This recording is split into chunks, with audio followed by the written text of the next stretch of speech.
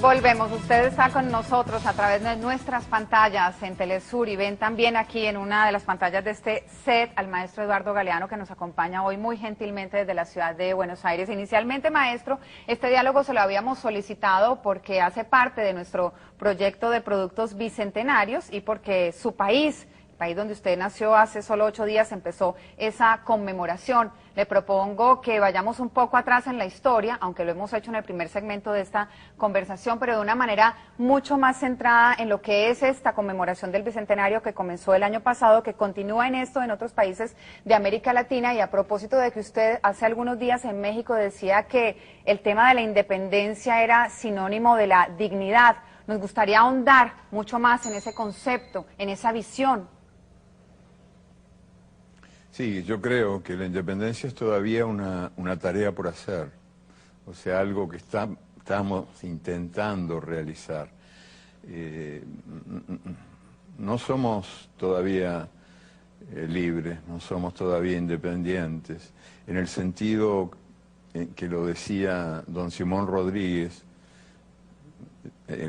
ese sí que era un maestro, don Simón Rodríguez, en la primera mitad del siglo XIX, cuando decía, no somos libres porque no somos todavía dueños de nosotros mismos, refiriéndose a lo que él reprochaba a los nuevos amos del poder en los países independientes, que les decía a ustedes que copian todo lo que viene de Estados Unidos, todo lo que viene de Europa, ¿por qué no les copian lo más importante, que es la originalidad, en la capacidad de inventar, en la capacidad de crear? Lo que traducido a términos de nuestro tiempo podría resumirse diciendo que para ser de veras independiente tenemos que ser capaces de caminar con nuestras propias piernas, de pensar con nuestras propias cabezas y de sentir con nuestros propios corazones. ¿Qué hace a Simón Rodríguez su maestro? Creo que era tan loco como yo, de repente más loco todavía. Lo llamaban el loco y fue capaz de decir lo suyo contra viento y marea, y yo quisiera ser digno de su memoria, de su herencia. Me parece que fue el pensador más lúcido y más entrañable, el más querible de la América nuestra durante todo el siglo XIX, el hombre que decía, educar es enseñar a dudar, educar es enseñar a pensar, educar es enseñar a preguntar. El primero que hizo una escuela donde se mezclaban los niños y las niñas, los negros y los blancos, los indios y los no indios, los pobres y los ricos, y donde se mezclaba sobre todo, fíjense ustedes qué audacia, el trabajo manual y el trabajo intelectual.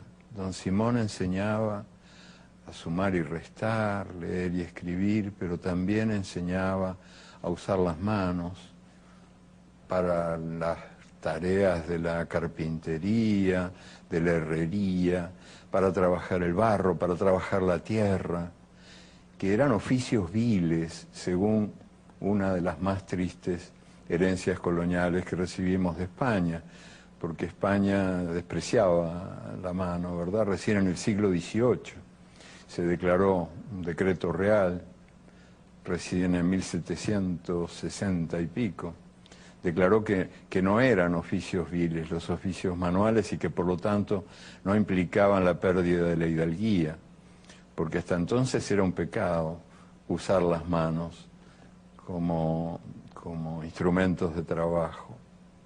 Y don Simón ató las dos cosas, ató la cabeza y el cuerpo, digamos, ¿no? Y dignificó el trabajo manual.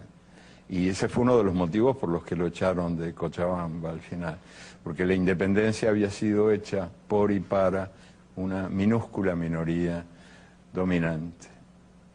Esa independencia que había sido hecha por y para una minúscula oligarquía o minoría dominante, lo de la oligarquía, se lo sumo yo a su respuesta inmediatamente que acabamos de escuchar en este encuentro, en este diálogo que sostenemos con usted a través de las pantallas de Telesur. ¿Sigue siendo el reflejo también de lo que hoy sucede? Cuando hablamos hoy de la conmemoración bicentenaria, estamos hablando de las mismas luchas, estamos hablando de las mismas escenas.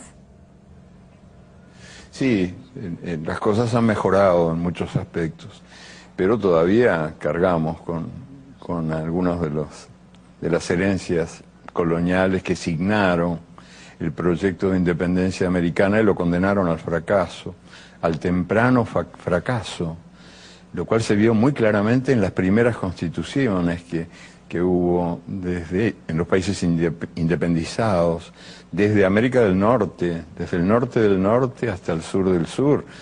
En la primera constitución de los Estados Unidos, cada negro equivalía a las 3/5 partes de una persona. Esa constitución después cambió, por suerte, con el paso de los años, porque si no Obama no podría ser presidente, porque ningún país puede ser gobernado por las 3/5 partes de una persona. Y en los países latinoamericanos el panorama era más o menos el mismo. Los que habían hecho la independencia de veras, los que habían puesto el pecho a las balas, no fueron invitados a la fiesta. Y nuestros países nacieron mutilados, nacieron mentidos. No estaban las mujeres, más de la mitad de la población, o por lo menos la mitad. No estaban los analfabetos, que era la inmensísima mayoría, ni los negros, ni los indios, ni los sirvientes a sueldo, ni los soldados de línea. No estaba casi nadie. El poder quedó en manos de poquísima gente, lo que explicaba la certera visión de la historia que tuvo el anónimo autor de un graffiti, de una cosa escrita en la pared de Quito, al día siguiente de la declaración de la independencia. En una pared de Quito alguien escribió: último día del despotismo y primero de lo mismo.